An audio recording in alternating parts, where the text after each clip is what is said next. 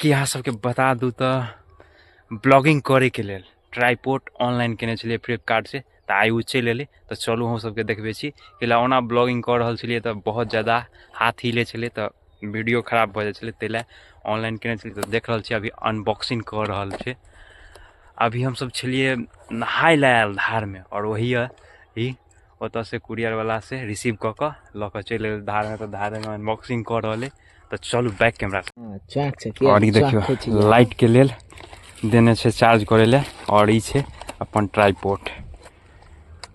Allrounder है, हाथों में यूज कर सके छी और स्टैंडो के रूप में एकदम यूज कर सके छी। हे खतरनाक से किया, ओ माय गॉड। देखिए एकर ई किताब यूजर मैनुअल एकदम चौंक से किया। तब मिले छी नेक्स्ट वीडियो।